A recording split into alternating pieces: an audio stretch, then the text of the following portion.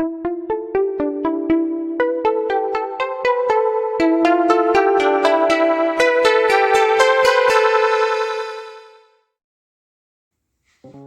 amigo, hola amiga, ¿cómo estás? Bienvenido a Delfos, Psicología Online. Bueno, han pasado varios días, largos días, desde que comenzó este aislamiento, aproximadamente un mes, y creí conveniente hacer un video al respecto, sobre las consecuencias y las implicancias de este aislamiento. Pero lo que busqué fue no caer en un lugar común o restringido de hablar solamente de lo que podemos sentir durante el aislamiento, como puede ser el decaimiento, el enojo, la frustración, sino, y obviamente cómo tratar esas manifestaciones, sino que ampliar un poco más el tema y que hablemos de historia del confinamiento o del aislamiento, ¿no? Situaciones voluntarias e involuntarias en la historia en las que las personas han sufrido el aislamiento, ya sea de manera individual o en grupo. También que hablemos sobre ciertos experimentos que se han hecho, algunos también voluntarios y otros involuntarios, como ser los niños salvajes, que se han encontrado luego de no haber convivido con otros seres humanos en periodos críticos y qué ha sucedido con ellos, ¿sí? Como la privación sensorial, por otro lado. Distintos tipos de experimentos. Y por último, sí hablaremos sobre la situación actual desde un punto de vista particular o configuración de ideas sobre cómo entender los pensamientos y luego las acciones que hagamos al respecto para poder tener una mejor adaptación y poder sobrellevar de la mejor manera esta cuarentena. Así que bueno, vamos ya mismo con el video. Bueno, comenzaré diciéndote que el estar aislados en las circunstancias en las que nos encontramos genera en muchas personas lo que se denomina estrés, que es el estado de alerta que se activa ante lo que se considera un peligro, en nuestro caso real o imaginario. Por lo tanto, el estrés en sí mismo no es negativo, es adaptativo y puede ayudarnos a sobrevivir, ya sea que huyamos o que enfrentemos el peligro. Sin embargo, cuando es alimentado de manera desequilibrada, distorsionada, crónica, puede llevarnos a estados de ansiedad que nos hagan sufrir y por el contrario, se torne desadaptativo. ¿Sabes qué es el hikikomori o aislamiento social agudo? Todos sabemos que la cultura e idiosincrasia japonesa es muy estricta e inflexible en lo que respecta al trabajo y a los logros sociales, que como contrapartida genera mucha frustración en una cantidad de gente cuyo efecto va más allá del estrés, al que tantos están sometidos. Lo que le sucede a estos sujetos, los hikikomori, se asemeja a decir que son ermitaños modernos, ya que se confinan voluntariamente en sus cuartos durante meses o años, sin establecer contacto social e interactuando solo de manera virtual, a través de dispositivos informáticos como la computadora, el celular, la televisión.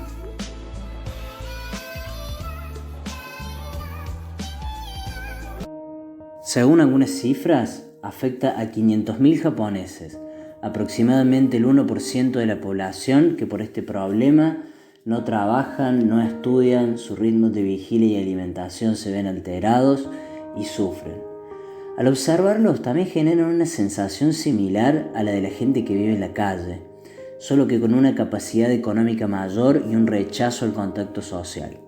Y cuando digo rechazo, esta palabra es la que define a este tipo de aislamiento y que lo diferencia, por ejemplo, de la agorafobia o fobia social en las que se teme a la socialización. Los hikikomori no es que le teman, sino que van más allá y la rechazan de plano. Este fenómeno fue registrado por el psicólogo japonés Tamaki Sait en su libro Aislamiento social, una interminable adolescencia, de 1998. Y más de 20 años después, esta tendencia se incrementa, como así también el otro polo. Crecen las muertes por exceso de trabajo o denominado karoshi, que se estima en 10.000 afectados anuales. Este tipo de aislamiento voluntario evidencia notablemente sus consecuencias negativas.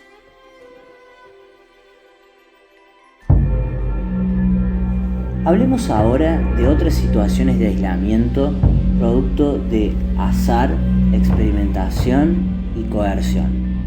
Respecto de los primeros, podemos hablar de los niños salvajes, que a lo largo de la historia han sido encontrados abandonados sin una supuesta socialización previa, como es el caso de Victor de Aveyron, un preadolescente salvaje encontrado en Francia a finales del siglo XVIII, y que fue llevado al cine en la película L'Enfant Sauvage.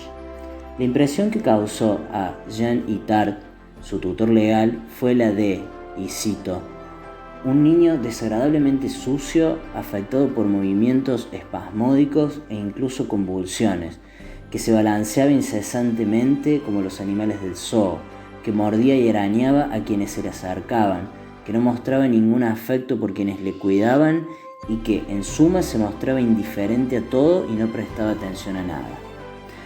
Las esperanzas de Itard de enseñarle a hablar y a comportarse de manera civilizada según los cánones de esa época resultaron frustrados. Algunos pensadores actuales piensan que incluso no era un niño salvaje, sino que se encontraba dentro del espectro autista.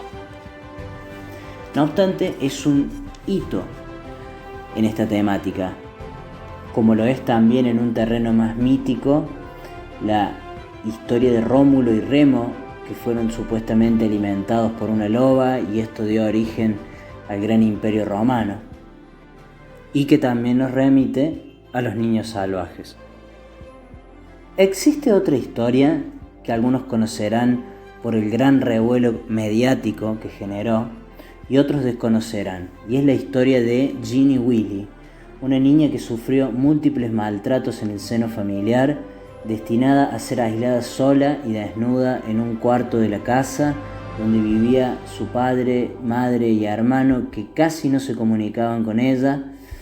Y qué decirles, sería cruel e innecesario hablar de las penurias que le tocó atravesar a esta niña de privación emocional y soledad, pero sí decirles que así como en la época de Victor de Aveyron se buscaba saber si el humano era esencialmente bueno, según las teorías de Rousseau, o era la cultura la que forjaba esa bondad, algo parecido sucedió con los pensadores de la época de Ginny, ya que por esa época Noam Chomsky postulaba que existían ciertos periodos críticos en los que el ser humano aprendía y que una vez alcanzados ya no es posible revertir la situación, mientras que otros pensadores no estaban de acuerdo con esto de los periodos críticos. No obstante, la teoría de Chomsky salió triunfante, ya que a pesar de que Ginny logró grandes progresos, teniendo en cuenta el gran trauma sufrido, sin embargo no logró superar el umbral para alcanzar el manejo del lenguaje total, pudiendo conectar solo hasta 3 palabras y compensando con lenguaje no verbal cuando quería darse a entender. Notamos nuevamente en estos casos que el aislamiento ha sido un factor negativo en sus historias, entre otros.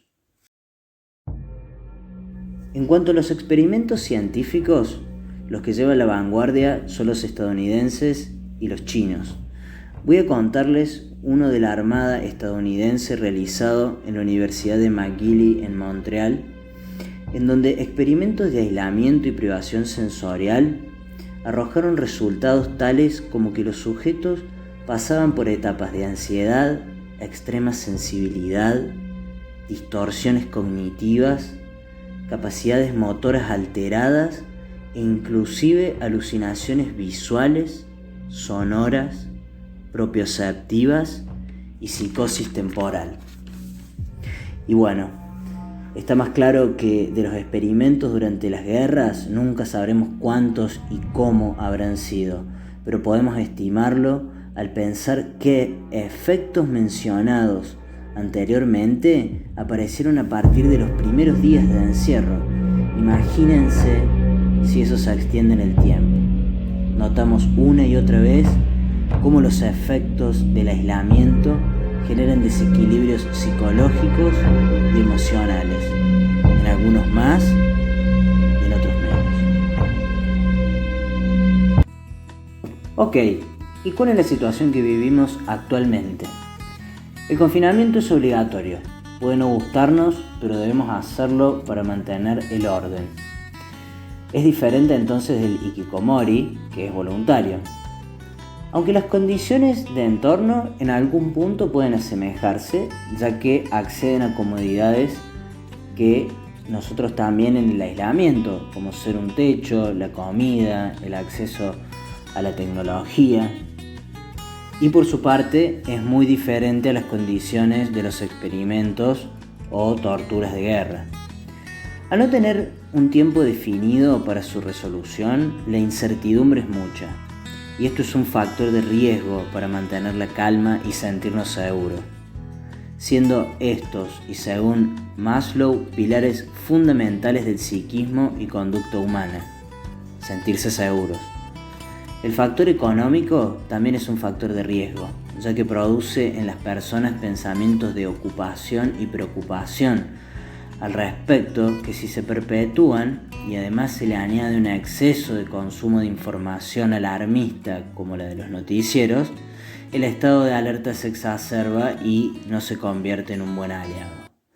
Todo esto nos sobrecarga emocionalmente y con más fuerza al no sernos permitido canalizarlo de las maneras en que solemos hacerlo.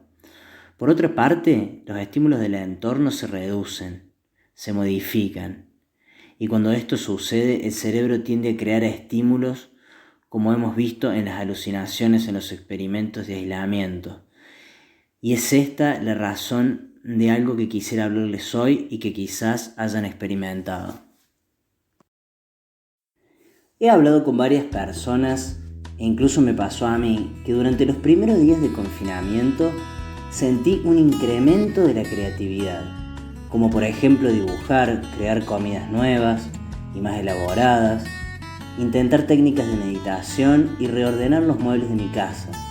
Cosas de este tipo que parecen llevar el sello de algún tipo de progreso, de buena nueva y efecto potenciador, al cabo del tiempo fue menguando o se hizo menos presente, pasando a ser sustituido por la fatiga, las alteraciones de sueño y alimentación, la irritabilidad y ansiedad.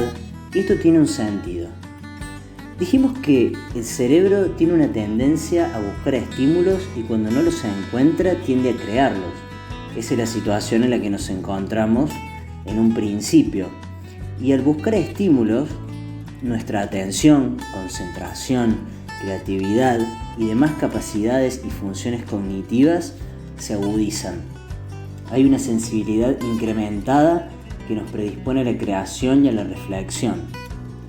Sucede que es una experiencia de contraste. Esta nueva situación contrasta con la anterior, pero una vez que se pasa demasiado tiempo, nuevamente el sistema se fatiga de estímulos similares y se vuelve a sobrecargar el sistema con poca posibilidad de descarga. Y todo lo positivo que había surgido parece ir esfumándose. A mí me gusta llamar este fenómeno distorsión en la sinergia cognitiva. ¿Por qué?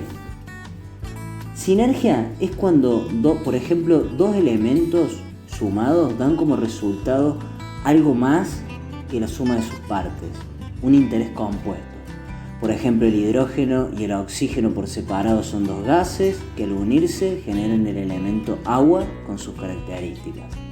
Pasa algo similar con las ideas, los pensamientos, cómo se agrupan y evolucionan. Desde una visión piagetiana y buscando que se entienda en el sentido común, los seres humanos tenemos ciertas habilidades y capacidades diferenciadas que vamos adquiriendo con el tiempo y que van dándose lugar unas a otras en periodos críticos y que se relacionan al juego, al lenguaje, la imaginación, la creatividad, entre otras. Pero estas capacidades que adquirimos, a pesar de estar diferenciadas, trabajan conjuntamente para resolver las tareas que se presentan. La superposición de un esquema mental actual con otro anterior sucederá para que surja el epifenómeno del conocimiento. Piensen a grandes rasgos los esquemas involucrados en memorizar o percibir estímulos. Y por otro lado, piensen en los involucrados para coordinar un grupo de músculos y huesos del cuerpo. Si solo tuviéramos los primeros, no podríamos, por ejemplo, manipular un objeto como un libro o una computadora para memorizar o percibir lo que haya de información en ella. Y si por el contrario pensamos en los esquemas que controlan los movimientos, si no hubiera memoria o percepción, su propósito también sería nulo. No obstante, si ambas trabajan juntas, pueden ser útiles a una operación más compleja, como repetir un movimiento con la mano y, por ejemplo, tomar el objeto y así actuar sobre la realidad circundante con alguna regularidad.